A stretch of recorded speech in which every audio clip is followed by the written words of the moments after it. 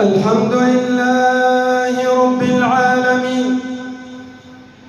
الحمد لله الذي خلق الوجود بمنته وأضاء كل العالمين بفضله وبرحمته، وأقام دينا نيرا يحيي القلوب لفطرته، فمن اهتدى لضوئه عرف الطريق لجنته، ومن افترى واستكبر وارتاح للدنيا الدنية ضاحكا مستبشرا يا ليته يوما درى، أو في القيامة فكر في يوم نحس طوله 50,000 من سنين ثانية، لا مال فيها بنافع أو دافع قرب الهموم البادية. وأشهد أن لا إله إلا الله وحده لا شريك له، شهادة ندخرها إلى يوم اللقاء. سبحانه الحكم حكمه، والعدل عدله، والقضاء قضاءه، له الحكم وإليه ترجعون، له الأمر وإليه تقلبون. سبحانه من إله عظيم. وأشهد أن حبيبنا وعظيمنا وقدوتنا وأسوتنا ومخرجنا من الظلمات إلى النور محمد رسول الله، جاء بكتاب كالشمس وضحاها، وبسنة كالقمر إذا تلاها. من صار على نهجهما سار في ضوء النهار إذا جلاها، ومن أعرض عنهما تخبط في ظلمات الليل إذا يغشاها. إن الله وملائكته يصلون على النبي يا أيها الذين آمنوا صلوا عليه وسلموا تسليما. صلاة وسلاما عليك سيدي أبا القاسم يا رسول الله، صلاة والدموع بها تهل، وسلاما نرسله أجل. فيا أحباب المصطفى حبيبكم عظيم جليل القدر عليه اليوم صلوا. ما بعد، فإن خير الكلام كلام الله، وخير الهدي هدي حبيبنا محمد، وشر الأمور محدثاتها، وكل محدثة بدعة، وكل بدعة ضلالة، وكل ما قل وكفى خير مما كثر وألهى. وما بعد هذه الدنيا من دار سوى الجنة أو النار، فانظر يا عبد الله أي الدارين وأي الطريقين تسلك وتختار. يا أيها الذين آمنوا اتقوا الله حق تقاته ولا تموتن إلا وأنتم مسلمون. يا أيها الناس اتقوا ربكم الذي خلقكم من نفس واحدة وخلق منها زوجها وبث منهما رجالا كثيرا ونساء، واتقوا الله الذي تساءلون به والأرحام، إن الله كان عليكم رقيبا. يا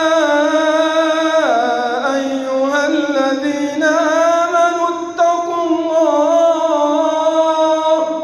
وقولوا قولا سديدا يصلح لكم أعمالكم ويغفر لكم ذنوبكم، ومن يطع الله ورسوله فقد فاز فوزا عظيما. يا أيها الذين آمنوا اتقوا الله ولتنظر نفس ما قدمت لغد واتقوا الله إن الله خبير بما تعملون. عباد الله، في عجالة سريعة، وذكر فإن الذكرى تنفع المؤمنين. نذكر بعضنا ببعض أهمية الوقت في حياة المسلم، فله عند الله أهمية عظيمة يسأل عنها المرء يوم القيامة بين يدي الله جل وعلا. اغتنام الوقت. لذلك لو وضعت نصب عينيك آخر آية نزلت من القرآن لاستقام حالك ولا اهتممت بجميع أحوالك من دقائق وساعات وأيام وسنوات. واتقوا يوما ترجعون فيه إلى الله ثم توفى كل نفس ما كسبت وهم لا يظلمون. اجعل لنفسك وقاية، اجعل لنفسك حماية، اجعل لنفسك شيء يدافع عنك بين يدي الله جل وعلا، وقاية من عذاب الله وعقابه وشديد عذابه. اجعل حجابا يحجبك يقيك من النار يوم القيامة. الوقت، كان سيدنا عمر يقول إني لأكره أحدكم أن يكون فارغا لا في عمل الدنيا ولا في عمل الآخرة.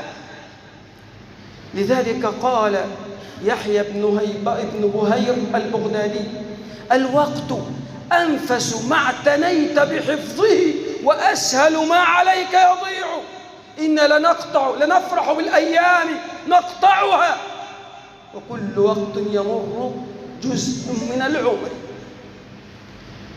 لذلك يجب علينا أيها الإخوة الأحباب أن نعلم جميعا أن الإسلام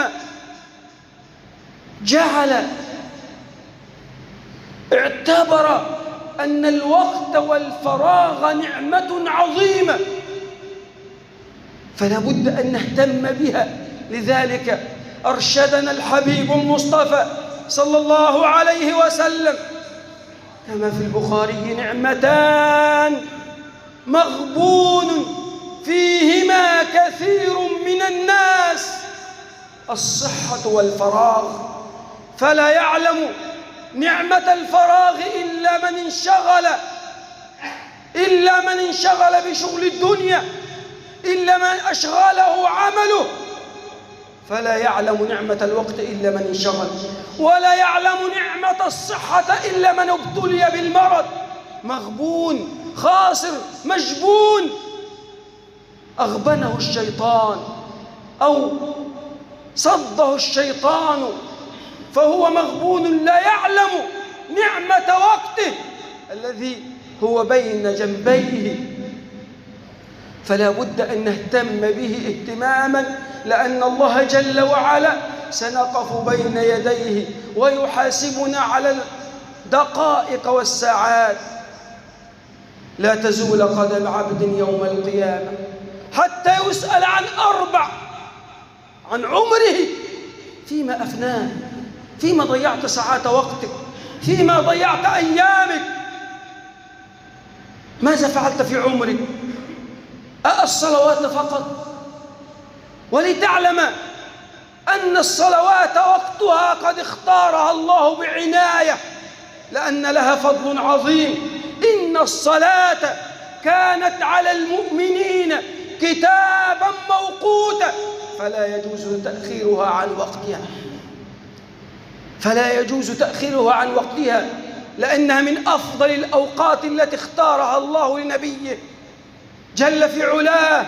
وصلى الله على حبيبنا محمد صلى الله عليه وسلم.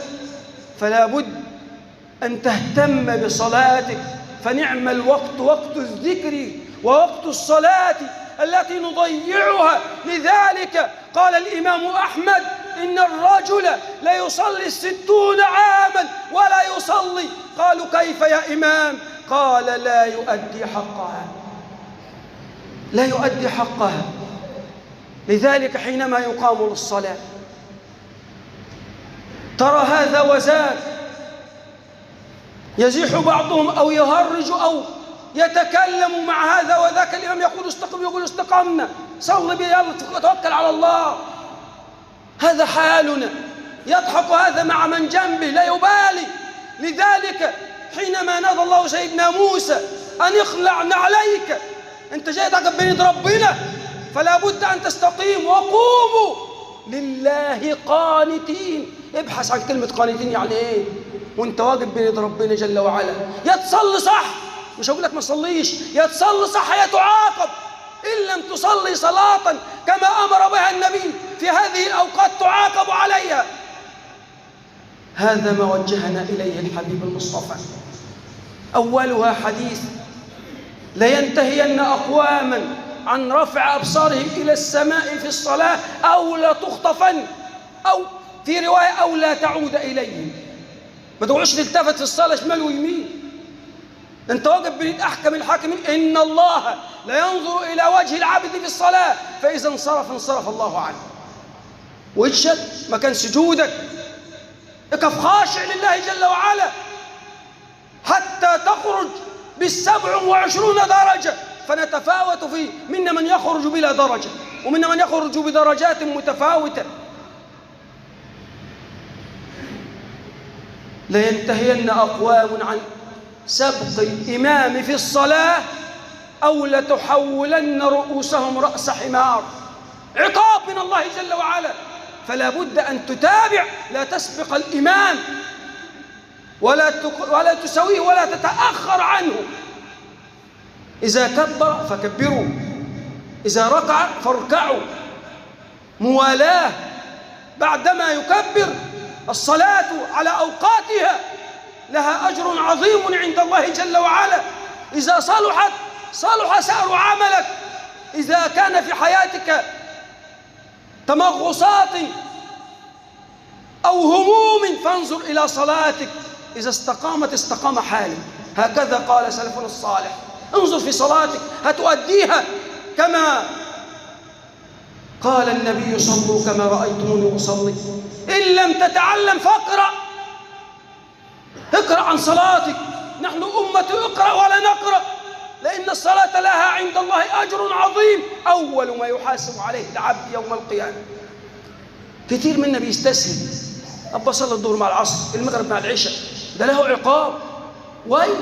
فويل للمصلين الذين هم عن صلاتهم ساهون، بيأخروها عن وقتها، مش بيبالي بيها. لكن المؤمن إذا فات الصلاة كأنه جبل عليه، يؤنب نفسه اليوم كله. يقول لك قمت متأخر عن صلاة الفجر كأنه عمل ذنب. هكذا حال المؤمن، إذا تأخر عن الخير يعتبره ذنب. أما العاصي إذا جاءه الذنب كأنه ذبابة يهش هكذا، ما لا يبالي بها.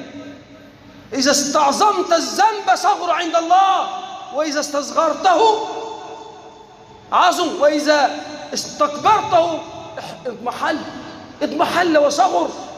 فلا بد للمؤمن أن يراجع نفسه قبل أن يحاسب بين يدي الله جل وعلا عن عمره فيما أفناه، عن شبابه فيما أبلاه. شبابك يا شباب لكم مفتاح وباب إلى الجنة في هذا الوقت من مرحلة الشباب، لأن العمر ستحاسب عليه وقت بوقت، ساعة بساعة، فيما ضيعتها. ساعات وقتك وأيامك. لك مفتاح وباب إلى الجنة. شاب نشأ في طاعة الله، سلك طريقا إلى الله جل وعلا، فهذا باب إليك مفتوح، اغتنمه اليوم قبل فوات الأوان. لذلك النبي قال: اغتنم من الوقت، اغتنم 5 قبل 5.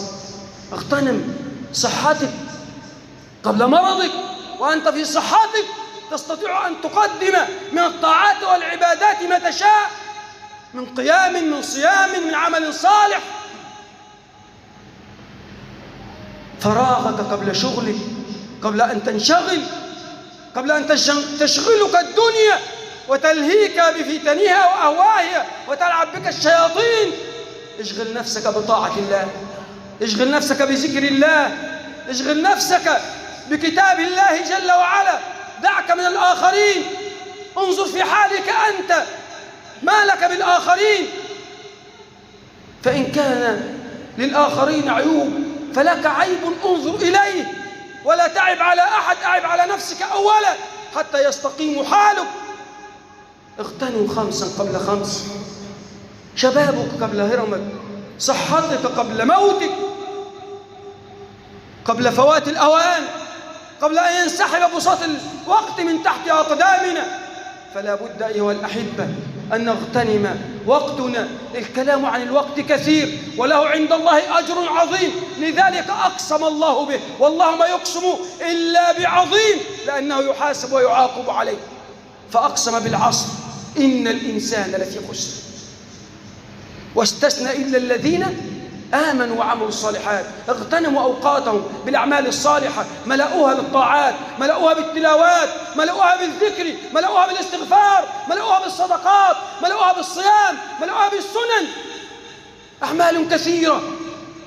ولكن الإنسان في غفلة في الدنيا، فإذا شغلتك الدنيا فارغب إلى ربك ولو ركعتين في الليل، تدعو الله ألا يشغلك بها، وأن يستقيم حالك، وأن تدعو لك ولأمتك أن يعفو الله عنا، لأننا كلنا ذنوب ونحتاج إلى مغفرة ورحمة من رب العالمين. عباد الله، توبوا إلى الله واستغفروه يغفر لكم.